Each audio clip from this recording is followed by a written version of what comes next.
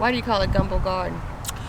Interesting. So Morgan Red and I, we thought. So Morgan Red, he started the food pantry in his room. So Vincent's Vault. And when we first started talking about this project, we were like, we need to come up with a name that like resonates around several values. I was like, one thing I want to value is diversity, because like that's important to me, because like there's a diverse group of people who live at both sides of the canal, right? Like, and then we wanted to like talk about like, we wanted a name that wasn't just like garden, right? Like, because what we thought about is like, collectively, how do we come together as people? Black folks, people in this community, New Orleanians, like they come together over food. And so gumbo actually, the meaning of gumbo actually is okra, which we have growing over there. That's the meaning of it. But when we thought about it, we're like, dang, like, let's just ask people. And so many people make their okra in so many different ways. So depending on where you are in the city, like you might make your okra, your gumbo with tomatoes.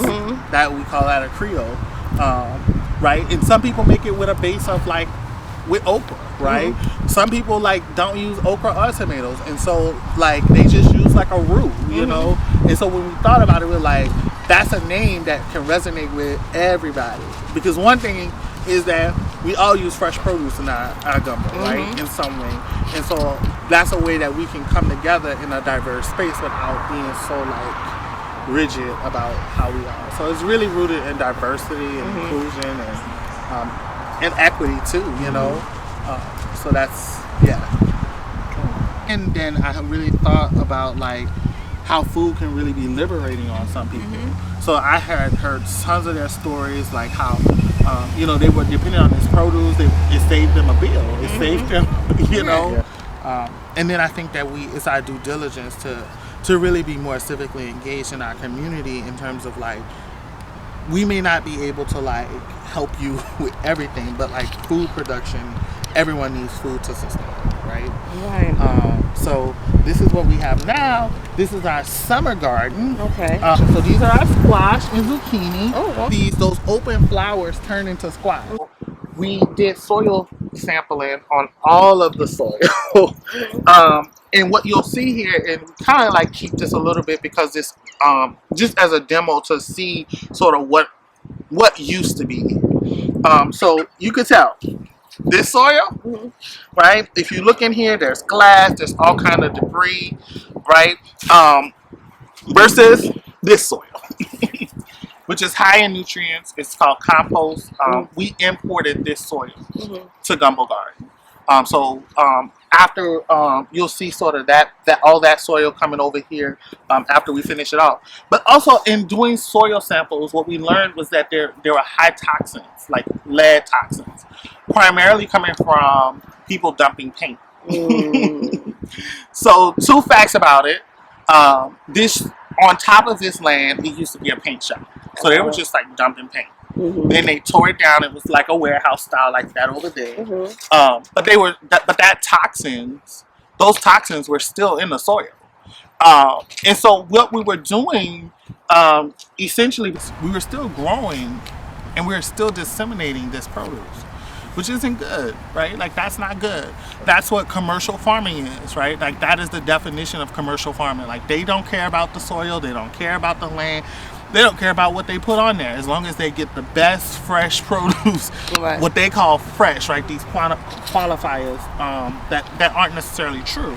So like what we did was we did multiple iterations of soil testing. So we did over 50 tests. So each one of these beds, we would amend the soil, remove soil, right? So we were removing soil, we were removing things, we were adding things. Oh, look at it.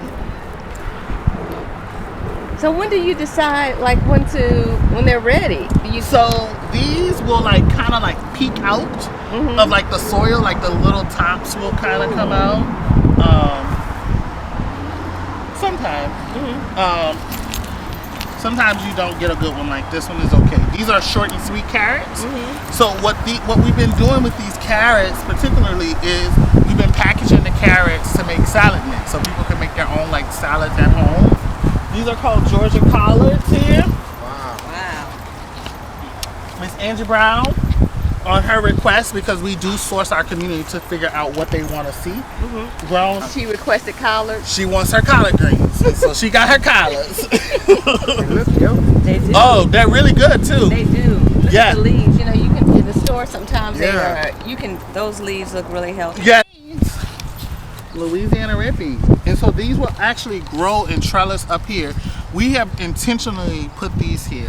So when the garden is closed, we want community members to come and get fresh red beans if they choose from the fence. The same thing with those eggplants, those tomatoes down so they there. community can just come and get what they want. Whenever they want to. We got our white onions here. You can see it down here. Chase and I were talking about like how one of the ways that you can tell when they're done. With the white onions, the leaves slope over. They start to die. If you want to smell that. Onion. It smells onion, Onion. right? Like at least you can learn like what it is to grow your own food and what it means to like be liberated economically. It's great.